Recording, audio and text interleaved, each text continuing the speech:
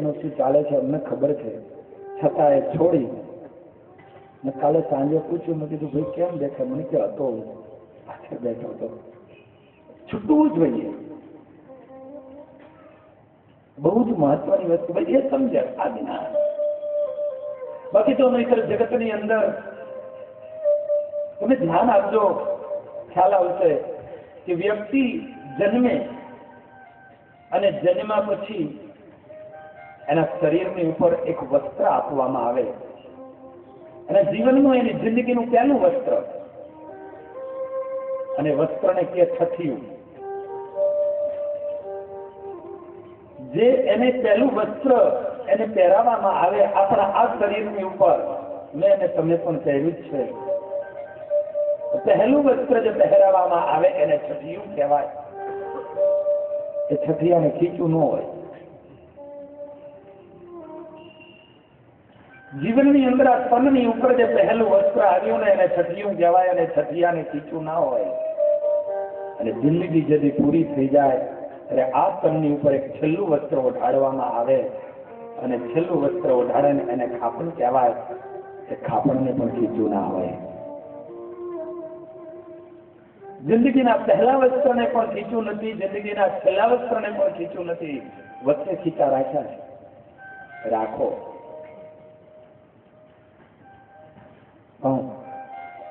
એ સતત કાર્યો એની અંદર વપરાતું રહે, એની અંદર અપાતું રહે.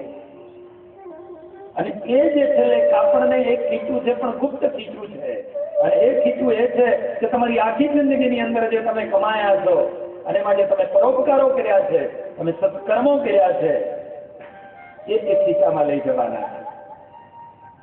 એ પરોપકારો અને સત્કર્મો એ લઈ જવાના છે ખીચામાં. જ્ઞાન એ સાચું છે કે માણસ જોડી શકે છે, બાકી તો મરવા ટાણે પણ આમ આમ કરતો જતો હોય. મરવા ટાણે પણ છતાં કોઈ રવા નથી દેતું, છતાં કોઈ રવા નથી દેતું. અરે તમને નહીં, અમને નો રવા દે. કંઠી પહેરેલી હોય પરંપરાથી, કોઈ મહિમા વાળા શિષ્ય હોય ને એટલે કાઢી લઈને બીજી પહેરાવી દો, પણ આ તો ગુરુની આપણે લઈ લેવી. એ ગુરુનો મહિમા હોય, એનો એ ભાવ હોય. એટલે જીવનની અંદર ગમે એટલું ગમે તે હોય એને જે છોડતા શીખી જાઉં, છૂટી જાય, એ જીવનનું જ્ઞાન છે. આજ પરીક્ષિત રાજા પોતે પોતાના પુત્રને રાજગાદી સોંપી અને ગંગાના કિનારા ઉપર પોતાના મૃત્યુને સુધારવા માટે નીકળી ગયા. એ મૃત્યુને સુધારવા માટે જયારે ગંગાના કિનારા ઉપર ગયા, જઈ અને પરીક્ષિત રાજા સંતો, મહર્ષિઓ, ઋષિઓને પ્રણામ કરે છે, વંદન કરે છે. અને વંદન કરીને કહે છે,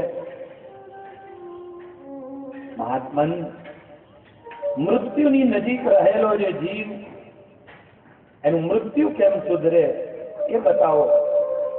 કેટલા દિવસ છે રાજન? 7 દિવસ. 7 દાડામાં તો કઈ ન થાય. 6 મહિના હોત તો કઈ કરી જાય. બીજા મહાત્માજીની પાસે ગયા, જઈને વાત કરી, મહાત્માજી 7 દિવસમાં મારું મૃત્યુ છે, મારું મૃત્યુ સુધરી જાય એવું કઈક કરો. 3 મહિના હોત તો કઈક કરો. આગળ ગયા, છેલ્લે 15 દિવસ સુધી આવ્યા, પણ 7 દિવસની અંદર કોઈ વાત ન કરી. અને તે દિવસે પરીક્ષિત રડવા લાગ્યા. હજારો ઋષિઓ, મહર્ષિઓની બીચમાં એ ગંગાના કિનારા ઉપર દ્વારિકાધીશનું ધ્યાન ધરી અને આ હસ્તિનાપુરનો સમ્રાટ, જેને 7મા દિવસે મૃત્યુ નજીક સામે દેખાય છે, અને એ રડવા માંડ્યા. અને રડતા રડતા એ ભગવાન દ્વારિકાધીશની સ્તુતિ કરે છે, દ્વારિકાધીશની પ્રાર્થના કરે છે. આર્તનાદથી જો તમે પ્રાર્થના કરશો તો અહીંયા કરેલી તમારી પ્રાર્થના અક્ષરધામ સુધી પહોંચી જશે. આર્તનાદથી આજ પ્રાર્થના કરે છે અને કહી રહ્યો છે, હે પ્રભુ, હે દ્વારિકાધીશ, જે પાંડવોની ઉપર તારા 4 હાથ હતા એ જ પાંડવોનો હું પૌત્ર છું. હે પ્રભુ, જે માં ઉત્તરાના ગર્ભની અંદર આવી અને મારી રક્ષા કરી હતી એ જ ઉત્તરાનું હું સંતાન છું. જે અમારા વંશને બચાવવાને માટે પ્રભુ મારી માના ઉદરની અંદર તમે ગયા હતા અને બ્રહ્માસ્ત્ર થકી મને બચાવ્યો હતો, એ જ હું પરીક્ષિત છું. પ્રભુ, પ્રભુ, મેં મારા જીવનની અંદર ગુનો જરૂર કર્યો છે. પ્રભુ, મારા જીવનમાં મેં ભૂલ જરૂર કરી છે. પ્રભુ, તને એવું નથી કહેતો કે મને તું માફ કરી દે. જે કોઈ દંડ દેવો પડે ને એ દંડ એને હું સ્વીકારવા તૈયાર છું, પણ મારા પર દયા કર. મેં પાંડવનો સંતાન છું, મારી પર એ દયા કર. હે પ્રભુ, મારું મૃત્યુ સુધરે. મારું મૃત્યુ સુધરે. અને આજ જયારે પ્રાર્થના કરી રહ્યા છે અને બ્રહ્મમુનિ બ્રહ્માનંદ સ્વામીને આ દ્રશ્ય દેખાય અને સ્વામીએ પોતે એની માટે આજ લખતા હશે, જેવો તેવો તો પુત્ર તમારો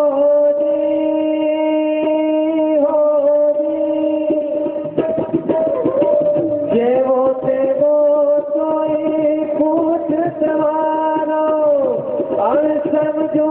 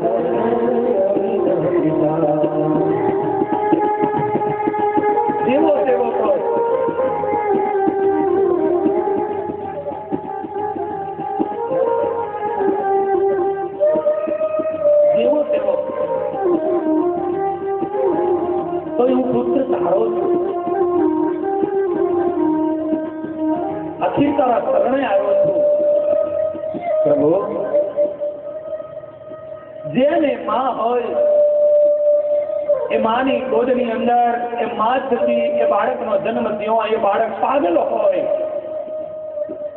ગમે તેવું હોય છતાં એ માં ક્યારે પણ દીકરાનો ત્યાગ નથી કરતી.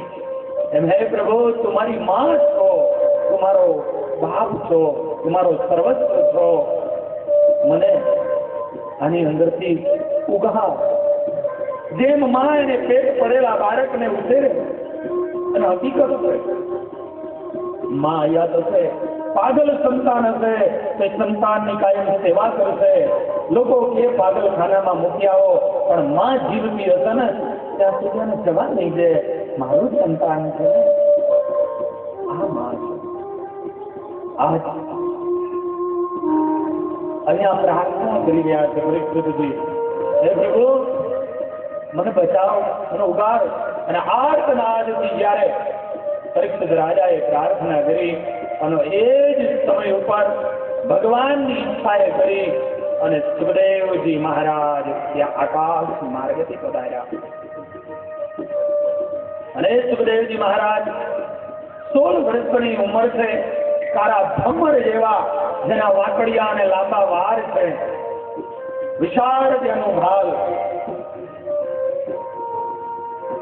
જેની અણિયારી આંખો, હાથ જેની ઉપરથી છાતી, ઊંડી ગૌડ નાભી, આજાન બાહુ, આવું સૌમ્ય સ્વરૂપ એવા સુખદેવજી મહારાજને બધાયા 88,000 ઋષિઓ ઉભા થઈ ગયા. કોઈ ઉંમરથી નથી પૂજાતો બાપ, એના તપ અને ગુણથી પૂજાય છે. એની કેટલી ઉંમર છે મહત્વની નથી, એનામાં ગુણ શું છે, એનામાં તપ શું છે, અને ચારિત્રતા શું છે, એનાથી એ પૂજાય છે. આજે 16 વર્ષની ઉંમર વાળા સુખદેવજી મહારાજ ત્યાં 88,000 ઋષિઓ ઉભા થઈ અને એનું સ્વાગત કર્યું. પરીક્ષિત રાજાએ પૂજન અને અર્ચન કર્યું, વ્યાસપીઠ ઉપર એમને આરૂઢ કરાવ્યા અને પરીક્ષિત રાજાએ હાથ જોડ્યા. પ્રભુ, 7 દિવસ મૃત્યુને આડા છે, મારું મૃત્યુ કેમ સુધરે?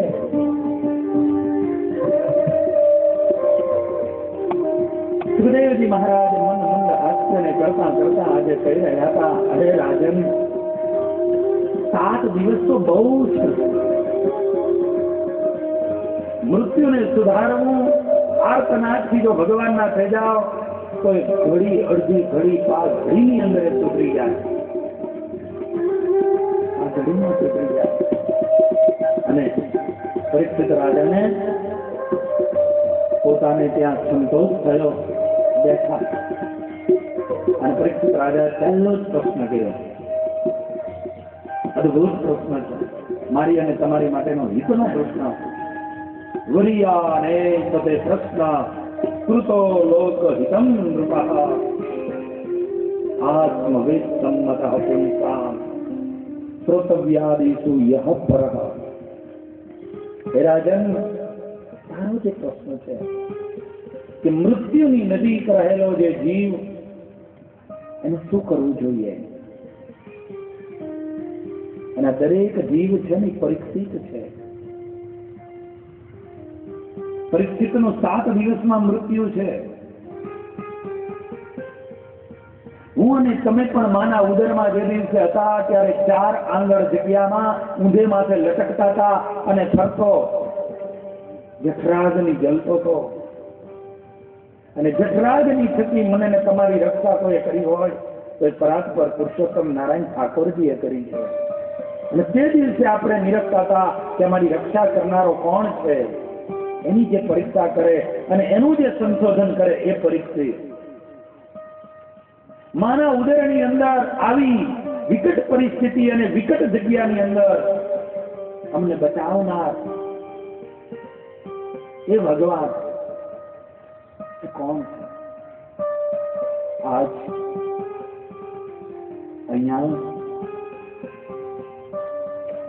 અહીંયા પોતે પરીક્ષિત 7 દિવસમાં એનું મૃત્યુ છે. પરીક્ષિતનું 7 દિવસની અંદર મૃત્યુ. હું અને તમે પણ પરીક્ષિત છીએ, મારું અને તમારું પણ 7 દિવસમાં જ મૃત્યુ છે. રવિવારથી લઈ અને શનિવાર સુધીના વાર કેટલા? 7. આ 7 વારમાં એક વાર મારે અને તમારી માટે નક્કી થઈ ચૂક્યો છે. આપણે બધા પરીક્ષિત છીએ. 7 દિવસમાં આપણું મૃત્યુ નક્કી છે, નિશ્ચિત છે. તો આજે જ આપણે સમજીએ કે બસ આ 7 દાડામાં મારું મૃત્યુ છે. તો મારે એની માટે શું કરવું? મૃત્યુને મારે કઈ રીતે સુધારવું? મૃત્યુને જે સુધારવું, એ જે મૃત્યુને સુધારવું એ બહુ મહત્વની વસ્તુ છે. આજે સુખદેવજી મહારાજને પ્રશ્ન કર્યો છે, મૃત્યુની નજીક રહેલો એવો જીવ એને શું કરવું જોઈએ? સુખદેવજી મહારાજ એનો જવાબ આપે છે, રાજન, મૃત્યુ છે ને એ માણસનું અનિવાર્ય છે. જેનો જન્મ છે એનું મૃત્યુ નિશ્ચિંત છે. પણ મૃત્યુ જેનું સુધર્યું એનું સર્વસ્વ સુધરી ગયું, અને મૃત્યુ બગડ્યું એનો જન્મારો બગડી ગયો. એમ કહેવાય કે જેનું શાક બગડે ને એનો દાડો બગડે. સવારમાં શાક બનાવે બગડે એટલે એનો દાડો બગડ્યો. આખો દાડો સાંભળવાનું હોય. જેનું શાક બગડે એનો દાડો બગડે, જેનું અથાણું બગડે એનું વરસ બગડે. પણ જેની જિંદગીમાં પરમાત્માની શરણાગતિ નથી સ્વીકારી અને ભગવાનનું ભજન નથી કર્યું એનો તો જન્મારો બગડે. એનો જન્મારો બગડે. આ જે મનુષ્ય શરીર મળ્યું છે એ તો મૃત્યુને મંગલકારી બનાવવા માટે આ શરીર છે. બાકી જે કઈ કરીએ એ તો વચ્ચેની વસ્તુ છે. મેન અને મહત્વમાં મહત્વ જો કયો હોય તો માનવ શરીરથી પરમાત્માને મેળવવા, પરમાત્મામાં ઓતપ્રોતતા થવી એ મહત્વની બાબત છે. રાજન, પણ માણસ એ વસ્તુને ભૂલી જાય છે અને એને કારણે કરી અને આ માણસ જે છે, આ વ્યક્તિ જે છે, જીવ છે, એ ખાસ કરીને બસ 3 વસ્તુમાં સમય એનો